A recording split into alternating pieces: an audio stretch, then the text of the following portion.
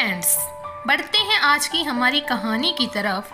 किस्मत वाली भाग 6। साथ ही अगर कहानी पसंद आती है तो वीडियो को लाइक करें, शेयर करें और मेरे चैनल ढेर सारी कहानियां को सब्सक्राइब कर लें। तो आइए शुरू करते हैं। सतीश अर्पिता को लेकर चला तो आया, लेकिन अपनी आंखों पर उसे अभी भी भरोसा नहीं हो रहा था। अर्पिता अपने मुंह पर हाथ रखे सोच रही थी और वो एकदम से बोल पड़ी, अनुराग नेहा का बेटा है। सतीश, अनुराग नेहा का बेटा है, इसका मतलब आप समझ रहे हैं ना, वो हमारा बेटा है। सतीश अर्पिता को डांटते हुए बोला, वो लड़का हमारा बेटा नहीं है। हमारा बेटा इतना बदतमीज नहीं हो सकता। प्रतीक को देखा है आपने? उसमें और इस लड़के में जमीन आसमान का अंतर है। अरे वो हमारा तो क्या, खुद नेहा का भी बेटा नहीं है। वो सिर्फ परमेश्वर सिंह का बेटा है। उसकी रगों में ना हमारा खून दौड़ता है और ना ही नेहा का दूध। सिर्फ और सिर्फ परमेश्वर सिंह की परवरिश, उनकी अय्याशी दौड़ती है। आइंदा कभी भी उस लड़के को हमारा बेटा मत कहना, जिसने हमारी पूनम को इस कदर परेशान कर रखा है। इतनी घटिया हरकत, इतनी घटिया सोच हमारे बेटे की कभी हो ही नहीं सकती। हमें घर चलना चाहिए, पूनम को इस वक्त हमारी जरूरत है। अर्पिता बोली, इतने बड़े लोग होकर भी इतनी घटिया सोच? मुझे यकीन नहीं हो रहा था। ये आदमी जो अपने बेटे की बेशर्मी पर हंस रहा था, उस आदमी को जरा सा भी एहसास है कि वो किसके बारे में बात कर रहा था? अपनी उसकी खुद की बेटी है वो। सतीश ने फिर अर्पिता को डांटा और बोला, अर्पो बस करो, पूनम हमारी बेटी है और यही सच है। प्रतीक हमारा इकलौता बेटा है और पूनम हमारी इकलौती बेटी है। हमारे 2 बच्चे थे और 2 बच्चे हमेशा रहेंगे। ये लड़का अगर हमारे पास आकर नाक भी रगड़े तब भी मैं इसे अपना बेटा कभी नहीं मानूंगा। जो एक लड़की की इज्जत करना नहीं जानता, उसकी इज्जत उछालने में लगा है, वो इंसान कहलाने के लायक नहीं। अब समझ में आता है कि नेहा ने अपनी बेटी को खुद से अलग क्यों किया। कहते हुए सतीश ने अर्पिता को गाड़ी में बैठाया और वहां से निकल गया। घर पहुंचते ही पूनम अपनी माँ के गले लग गई और बोली, क्या हुआ माँ, उन लोगों से बात हुई? क्या कहा उन लोगों ने? वो लोग समझाएंगे ना उसे? अर्पिता क्या कहती? उसने बस पूनम के सर पर हाथ फेरा और बोली, तू घबरा मत, हम सब हैं ना तेरे साथ, वो कुछ नहीं कर पाएगा। पूनम को थोड़ी राहत मिली और अपना मन शांत कर वो पढ़ने बैठ गई। अगले दिन से पूनम जब भी घर पर या घर से बाहर होती, कोई ना कोई उसके साथ जरूर होता। प्रतीक को इस सब का कोई अंदाजा नहीं था। पूनम को कॉलेज छोड़ने और लाने की जिम्मेदारी कभी अर्पिता की होती तो कभी प्रतीक की। अनुराग को मौका नहीं मिल रहा था। अर्पिता के जाने के बाद नेहा ने अनुराग को बुरी तरह से फटकार लगाई थी और उसका फोन भी छीन लिया था, जिस कारण अनुराग के पास ना तो पूनम का नंबर था और ना ही वो वीडियो। लेकिन वो पूनम को इतनी आसानी से छोड़ भी तो नहीं सकता था। कहीं से जुगाड़ लगाकर उसने पूनम के कॉलेज की नकली आईडी बनवाई और कॉलेज के अंदर से ही उसे किडनैप कर लिया। प्रतीक पूनम को लेने कॉलेज पहुंचा, लेकिन काफी इंतजार करने के बावजूद पूनम उसे कहीं नजर नहीं आई। वो घर पहुंचा और अर्पिता से पूछा, माँ पूनम घर आई है क्या? अर्पिता बोली, नहीं तो, तू उसे लेने जाने वाला था ना? प्रतीक बोला, नहीं माँ, छुट्टी होने से पहले मैं उसके कॉलेज के बाहर खड़ा था, लेकिन पूनम बाहर नहीं आई। मैंने पूछा भी, लेकिन पूनम की सहेलियों को उसके बारे में कुछ पता नहीं था। अर्पिता बुरी तरह से घबरा गई। उसे इतना ज्यादा घबराया हुआ देख प्रतीक ने पूछा, मैं भी इस घर का बेटा हूँ माँ, इस परिवार का हिस्सा हूँ। पूनम के साथ क्या हो रहा है क्या नहीं, ये जानने का मुझे पूरा हक है। बहन है वो मेरी, आखिर इतनी पहरेदारी क्यों हो रही है उसकी? पहले तो कभी नहीं हुई और ना ही आप ना ही पापा उन पेरेंट्स की तरह हैं जो बेटियों पर इतनी कड़ी निगरानी रखते हैं। प्रतीक की बातें सही थी। अर्पिता को प्रतीक से सारी बातें छुपाना सही नहीं लगा और उसने अनुराग की सारी हरकतें एक एक कर प्रतीक के सामने रख दी। प्रतीक को जरा से भी उम्मीद नहीं थी कि जो अनुराग कॉलेज में उसके सामने आने से बचता है, उसने उसकी बहन के साथ ऐसा कुछ करने की हिम्मत की। अगर पूनम गायब है और इस सब के पीछे अनुराग का हाथ है, तो आज प्रतीक उसे छोड़ने वाला नहीं था। वो तुरंत अपनी बाइक लेकर घर से निकला और अनुराग के जितने भी ठिकाने उसे पता थे, हर उस जगह उसने अनुराग के बारे में पता किया, लेकिन कहीं से कोई खबर नहीं मिली। उसे ढूंढते हुए प्रतीक उसके दोस्त के फार्म हाउस पहुंचा, जहां उसे पूनम जख्मी हालत में मिली। उसे देखकर ही प्रतीक के रोंगटे खड़े हो गए। वो अपनी बहन को लेकर तुरंत वहां से हॉस्पिटल की ओर भागा। वहां पहुंचकर उसने सबसे पहले पूनम को एडमिट करवाना चाहा, लेकिन इसे पुलिस केस बताकर वहां सबने एडमिट करने से मना कर दिया। प्रतीक ने गुस्से में डॉक्टर का कॉलर पकड़ लिया, लेकिन कोई भी हॉस्पिटल के रूल के खिलाफ जाने को तैयार नहीं था। हार कर प्रतीक ने पुलिस को फोन किया और सारी बातें बताई। उसके बाद उसने अर्पिता को फोन कर पूनम के साथ हुए हादसे की जानकारी दी। अर्पिता और सतीश हॉस्पिटल पहुंचे, तब तक पुलिस वहां पहुंच चुकी थी। परमेश्वर सिंह के बेटे के खिलाफ रिपोर्ट लिखने में पुलिस आनाकानी कर रही थी, लेकिन प्रतीक ने जब ऊपर तक जाने की धमकी दी, तब जाकर पुलिस ने हादसे की रिपोर्ट लिखी। रिपोर्ट लिखने के बाद पूनम को एडमिट करवाया गया और तब जाकर उसका इलाज शुरू हुआ। अर्पिता अपनी बेटी की ये हालत देखकर सफेद पड़ गई। उसे यकीन नहीं हुआ कि उसकी बेटी की ऐसी हालत करने वाला कोई और नहीं, उसका अपना सगा बेटा था, जिससे मिलने की प्रार्थना वो दिन रात भगवान से करती थी।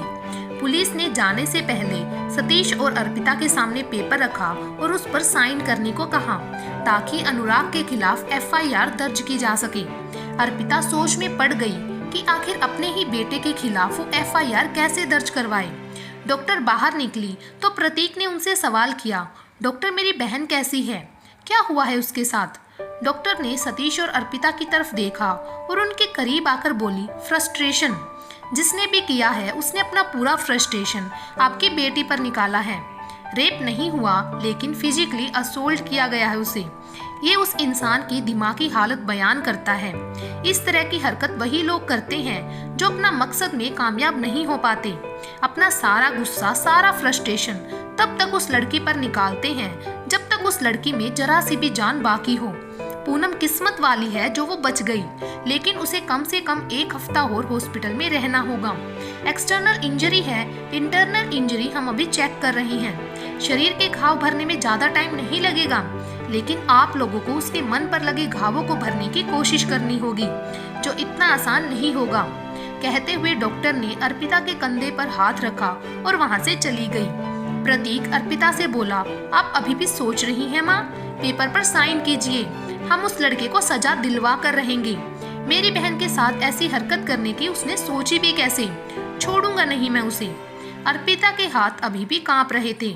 सतीश उसके कंधे पर हाथ रखकर बोला, कोई भी इंसान कितना भी अपना क्यों ना हो, कितना भी बड़ा क्यों ना हो, एक औरत के सम्मान से बड़ा कभी नहीं हो सकता।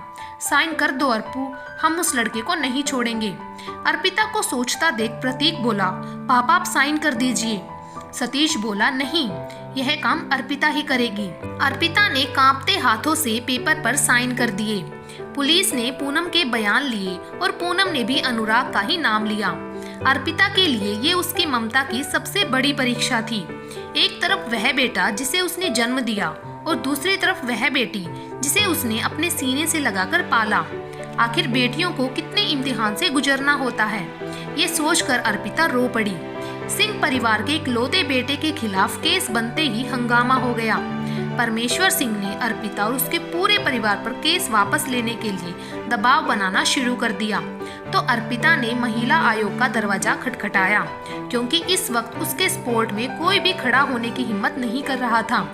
महिला आयोग का साथ मिलते ही खबर मीडिया में पहुंच गई। मीडिया वालों ने परमेश्वर सिंह के खिलाफ पूनम का साथ तो दिया, लेकिन इस सब से पूनम की मुश्किलें और बढ़ गई। मीडिया वाले घर के बाहर खड़े रहते और पूनम का घर से निकलना मुश्किल हो गया था। एक तो वैसे ही पूनम दिमागी तौर पर परेशान थी, रही सही कसर मीडिया वालों ने भी परेशान करके पूरी कर दी। परमेश्वर सिंह के वकील ने उन्हें सुझाव दिया, सिंह साहब, इससे पहले कि चार्जशीट दाखिल हो, इस बात को यहीं खत्म करना होगा। एक बार चार्जशीट कोर्ट में दायर हो गई तो फिर ये केस यहीं पर खत्म करना नामुमकिन हो जाएगा। कोर्ट के बाहर सेटल करने का एक ही तरीका है। परमेश्वर सिंह ने आगे बोलने का इशारा किया तो वकील साहब बोले, अगर अनुराग और उस लड़की की सगाई करवा दी जाए, फिलहाल के लिए, और पढ़ाई वगैरह के बहाने इस रिश्ते को टाल दिया जाए 2-3 सालों तक, उसके बाद शादी करने की कोई जरूरत नहीं, हम ये रिश्ता तोड़ देंगे। मामला तब तक आराम से ठंडा हो चुका होगा और किसी का भी इस तरफ ध्यान भी नहीं जाएगा। सारी बातें आपस में निपट जाएंगी और कोर्ट कचहरी के झंझट से भी निजात मिल जाएगी। आपके पास वक्त नहीं है। परमेश्वर सिंह इस बात के लिए कभी राजी नहीं थे, लेकिन जिस तरह से उन पर दबाव पड़ रहा था, उनके कारोबार पर भी असर हो रहा था। उन्हें अपने वकील साहब का सुझाव सही लगा। सिर्फ सगाई ही तो करनी थी, उसके बाद रिश्ता तोड़ दिया जाता। उसी दिन शाम को परमेश्वर सिंह सतीश के घर पहुंचे। उन्हें देखते ही अर्पिता को गुस्सा आया और पूनम भागकर अपने कमरे में छुप गई।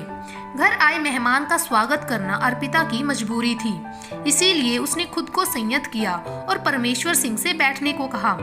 परमेश्वर सिंह सीधे मुद्दे पर आ गए और अर्पिता के सामने अनुराग और पूनम के रिश्ते की बात रख दी। प्रतीक ने जब सुना तो वह बुरी तरह से भड़क गया और बोला, आपकी हिम्मत कैसे हुई ऐसी घटिया बात सोचने की? आपको वाकई में लगा कि आप कुछ भी बकवास करेंगे और हम बस सुन लेंगे? आपने ये सोचा भी कैसे कि हम हमारी बहन का रिश्ता आप जैसे घटिया फैमिली में करेंगे? मेरी बहन कोई बोझ नहीं है हम पर। जितनी घटिया आपके बेटे की सोच है, उतनी ही घटिया आपकी भी सोच है। उसे आपके घर में भेजने से पहले अपनी बहन को मैं गोली मार दूं। ऐसी पैंतरेबाजी आप किसी और के सामने कीजिएगा। आपके बेटे ने जो किया है वो माफी के काबिल नहीं है। मेरी बहन कोई पहली शिकार नहीं है उसकी। और क्या भरोसा है कि आपके घर में जाने के बाद मेरी बहन के साथ कुछ गलत नहीं होगा? परमेश्वर सिंह उठ खड़े हुए और बोले, इतना कुछ होने के बाद तुम्हारी बहन का हाथ कौन थामेगा? अरे हम तो शराफत से रिश्ता लेकर आए थे।